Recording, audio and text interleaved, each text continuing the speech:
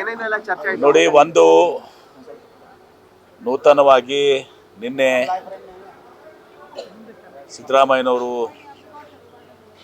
ರಾಜೀನಾಮೆ ಬಳಿಕ ಕಾಂಗ್ರೆಸ್ ಶಾಸಕಾಂಗ ಸಭೆ, ತಮ್ಗೆ ಗೊತ್ತಿದೆ AICCಯ ಪ್ರಧಾನ ಕಾರ್ಯದರ್ಶಿಗಳು ವೇಣುಗೋಪಾಲ್ ಅವರು, ಸುರ್ಜೇವಾಲಾ ಅವರು ಬಂದು DK ಶಿವಕುಮಾರ್ ಅವ್ರನ್ನ ಇವತ್ತು ಶಾಸಕಾಂಗ ಪಕ್ಷದ ನಾಯಕನಾಗಿ ಆಯ್ಕೆ ಮಾಡಲಿಕ್ಕೆ ಸಿದ್ದರಾಮಯ್ಯನವರೇ ಇವತ್ತು ಸಾಧಾರಣ ಸೂಚನೆಯನ್ನು ಮಾಡಿದರು.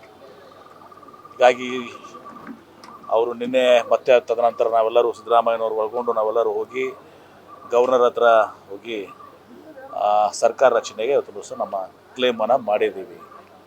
ಈಗ ನಾನು ಬಂದಿರುವಂಥದ್ದು ಅವ್ರಿಗೆ ನಿನ್ನೆ ಆ ಗಲಾಟೆಯಲ್ಲಿ ನಾವು ಬುಕ್ಕೆ ಕೊಟ್ಟಿರಲಿಲ್ಲ, ಹಾಗೆ ಕೋರಿದ್ವಿ. ಈಗ ಬಂದು ಬುಕ್ಕೆ ಕೊಟ್ಟು ಅವ್ರಿಗೆ ನಾವು ಅಭಿನಂದನೆಯನ್ನು ಹೇಳಿ ವಿಶ್ ಮಾಡಿ ಜನರಲ್ ಆಗಿ ಅದು ಇದು ಚರ್ಚೆಯನ್ನು ಮಾಡಿದ್ದೀವಿ. Nothing specific. ಸರ್, ಈಗ ವೀರಶೈವ ಲಿಂಗಾಯತ ಸಮುದಾಯಕ್ಕೆ KPCC ಅಧ್ಯಕ್ಷ ಸ್ಥಾನ ಅಥವಾ DCM ಹುದ್ದೆ ಕೊಡಬೇಕು ಅಂತ ಚರ್ಚೆ ಆಗ್ತಾ ಇದೆ ಸರ್. ನಾನು ಅದು